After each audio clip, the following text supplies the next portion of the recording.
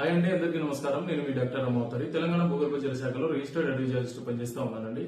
ఈ రోజు ఒక సమాచారంతో మీ ముందుకు రావడం జరిగిందండి. ఈ సమాచారం ఏంటంటే, రాజస్థాన్ రాష్ట్రంలోని జైసల్మేర్ అనే జిల్లాలో మోహర్గర్ అనే గ్రామంలో రైతు విక్రమ్ సింగ్ బాటి తనకున్న 7 ఎకరాల భూమిలో జియాలజిస్ట్ ను పిలిపించుకొని సర్వే చేయించుకోవడం జరిగిందండి. జియాలజిస్ట్ రికమెండేషన్ మేరకు ఒక పాయింట్ డిటెక్ట్ కావడం, అందులో 850 నుంచి 900 ఫీట్ల వరకు వెళ్లాలని చెప్పేసి జియాలజిస్ట్ చెప్పిన మాటతోటి రైతు ఒక బోర్బండిని పిలిపించుకొని డ్రిల్ చేయించుకోవడం జరిగిందండి. 850 ఫీట్ల వరకు వెళ్ళినా చుక్క నీరు రాకపోవడంతో ఇంకో 50 ఫీట్ చూద్దామని చెప్పేసి వెళ్లడంతో ఈ లెవెల్లో వాటర్ రావడం జరిగిందండి. ఈ వాటర్ వచ్చేసి దాదాపు ఆ ఊరిని మునిగించేంత వరకు రావడంతో అక్కడున్న స్థానికంగా ఉన్న రాజస్థాన్ రాష్ట్రం గ్రౌండ్ వాటర్ సీనియర్ సైంటిస్ట్ అయినటువంటి డాక్టర్ నారాయణ దాస్ సింకియా వచ్చి ఆరా తీస్తే ఇది దాదాపు అంటే సరస్వతి నది సంబంధించిన వాటర్ అని చెప్పేసి చెప్పడం జరిగింది.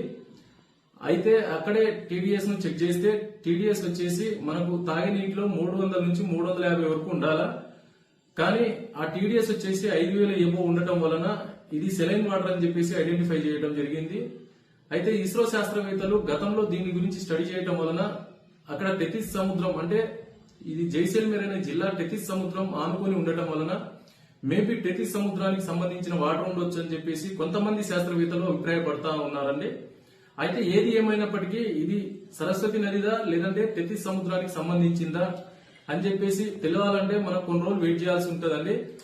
ఎందుకంటే ఈ వాటర్ ను లాబొరేటరీ టెస్టింగ్ పంపించడం జరిగింది. వాటర్ యొక్క ఏజ్ తెలవాలంటే అది నదికి సంబంధించిందా సముద్రానికి సంబంధించిందా అనేది తెలుస్తుంది. ఆ వాటర్ ఏజ్ ని కనుక్కునే ప్రయత్నంలో శాస్త్రవేత్తలు ఉన్నారండి. అది వాటర్ ను కనుక్కునే ఏజ్ వచ్చేసి కార్బన్ డేటింగ్ మెథడ్ అంటాం. కాబట్టి రైతు మిత్రులారా, జియాలజిస్ట్ ను పిలిపించుకొని కరెక్ట్ గా సర్వే చేసుకుంటే తప్పకుండా మంచి ఫలితాలు అయితే పొందుతారండి. Thank you.